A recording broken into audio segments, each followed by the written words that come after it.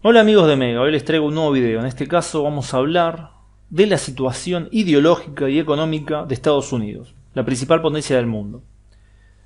Hay que decir que hay dos niveles, ideológicos y económicos, podemos llegar a decir también, de lo que pasa en Estados Unidos. Por un lado tenemos la parte popular, es decir, lo que piensa la gran mayoría de las personas de ese país. Y sin duda alguna, la ideología dominante en Estados Unidos es el capitalismo. El capitalismo, a diferencia de muchos países del mundo, en Estados Unidos es una ideología popular. Y esto viene siendo así desde hace muchísimo tiempo. Hay varias explicaciones de por qué es así, por qué Estados Unidos se convirtió en el defensor principal del capitalismo durante casi todo el siglo XX y hasta el día de hoy. Podemos decir que una de las principales razones fue que los peregrinos que llegaron a Estados Unidos por primera vez eran de una rama bastante extrema del protestantismo. Los pilgrims tenían en su propia ideología la ética protestante que tanto sirvió al nacimiento del capitalismo y a que funcionara bien. Eso sería el primer factor que podemos decir como determinante en explicar la popularidad del capitalismo. Después tenemos que, bueno, después de haber colonizado gran parte del oeste del país, tenemos que Estados Unidos se convirtió en un país que se expandió hacia el oeste. Grandes oleadas de colonos estadounidenses empezaron a penetrar territorio mexicano, territorio indígena, hasta llegar al Océano Pacífico. En este proceso mucha gente logró obtener un pedazo de tierra, logró tener una familia, logró prosperar. Entonces tenemos ahí la idea del self-made man, el hombre que se hace por su propio trabajo duro, en condiciones difíciles, pero que finalmente logra cierta abundancia y estabilidad. Ese sería el segundo factor. Y el tercer factor que explica la popularidad del capitalismo son los inmigrantes. Luego de que Estados Unidos ya lograra asentarse como Estado, inclusive antes de eso, oleadas de inmigrantes empiezan a llegar obviamente a la costa este, y estas oleadas de inmigrantes en muchos casos les fue bastante bien, lograron integrarse a la sociedad norteamericana en la cuestión económica bastante rápidamente, casi inmediatamente algunos, y progresar. Estos tres factores, los peregrinos, los colonizadores hacia el oeste y los inmigrantes, y el fenómeno de que funcionó el modelo de libertad económica, obviamente es más complejo que decir solamente libertad económica, pero vamos a dejarlo a un nivel bastante bajo. Pero ¿qué pasó? Luego de la Segunda Guerra Mundial principalmente, aunque ya antes había algunos indicios, el sistema de Estados Unidos tuvo que cambiar. Y fue un cambio casi imperceptible, un cambio que nadie habla generalmente, pero que tiene que ver con la complejización del Estado americano, la creciente centralización, el crecimiento del rol del Estado, obviamente con este crecimiento de su tamaño y su complejización, que tiene que ver con la complejización del sistema capitalista, que tiene que ver con la complejización del mundo, en el cual Estados Unidos ya tiene un rol dominante como la principal potencia defensora del capitalismo.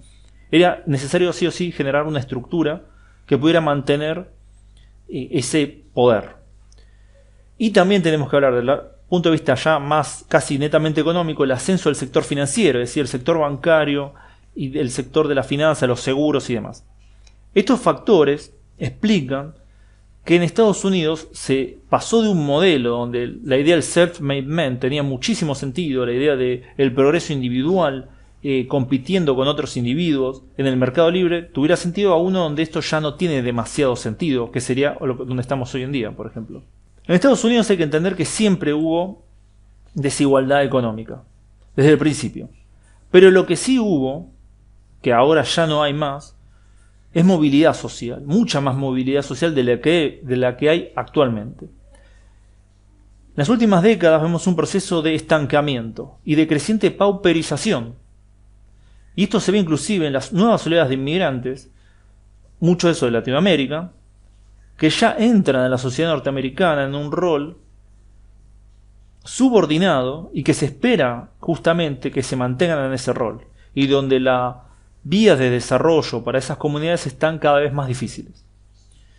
Entonces lo que tenemos que entender, que si bien el capitalismo es popular en Estados Unidos en su versión, uno podría llamarlo neoliberal actualmente, pero es básicamente capitalismo,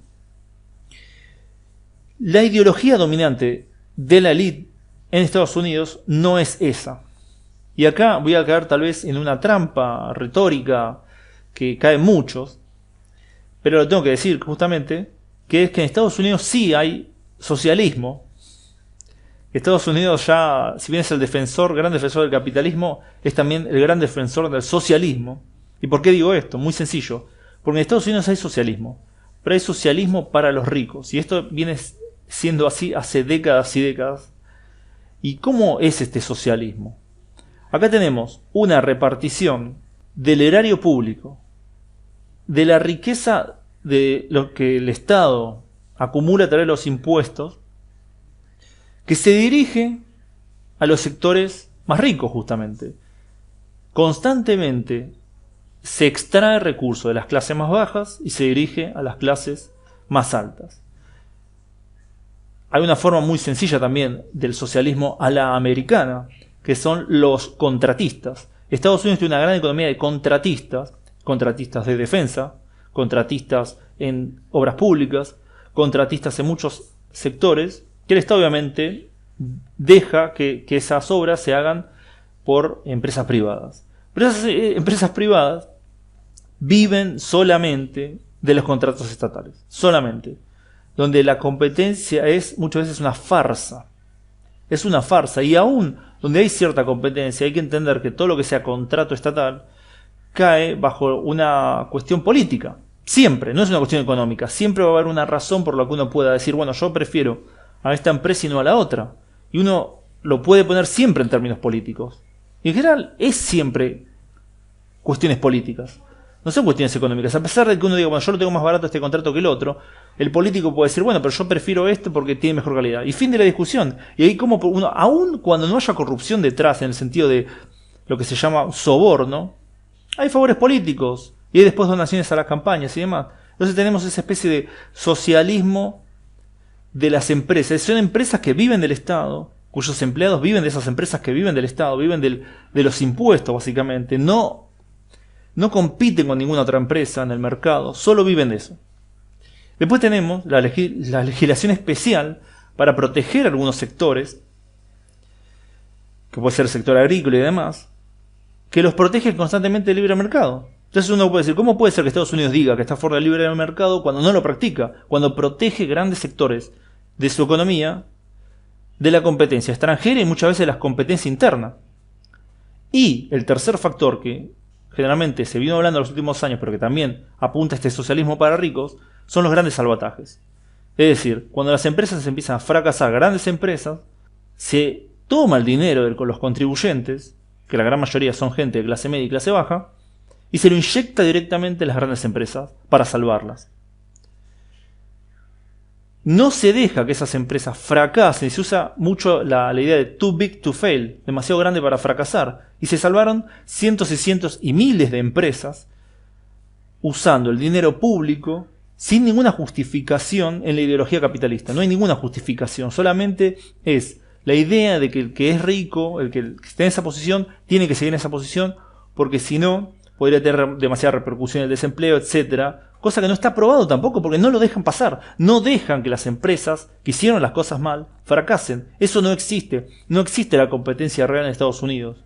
Y ahí está donde está la esquizofrenia ideológica de ese país, donde la gran masa de la población todavía cree en el libre mercado, cree en el capitalismo, cree en la competencia, pero la élite no. Y la élite hace décadas que no cree en eso y que vive del Estado, vive de los impuestos, vive de la legislación especial y de protecciones especiales, que no compite, que no quiere competir y que solo quiere aumentar infinitamente la riqueza. ¿Es eso el desarrollo natural del capitalismo? ¿El capitalismo necesariamente termina en este socialismo para ricos? Esa es una pregunta que nos podemos hacer todos. Pero por lo pronto podemos decir que en Estados Unidos hay una gran esquizofrenia, una gran disociación entre quienes creen en el capitalismo y entre quienes viven del sistema tal y como es. Y me parece que ahí está una gran contradicción que tarde o temprano va a estallar de una forma u otra en el gran país del norte. Así que bueno, espero que les haya gustado el video. Fue breve, pero fui al punto principal. Y me gustaría que me dejen sus comentarios al respecto. ¿Cuál creen que es las posibles salidas? ¿Cuáles son las posibles salidas a estas tensiones naturales que se están dando en el sistema de Estados Unidos, sistema económico-político?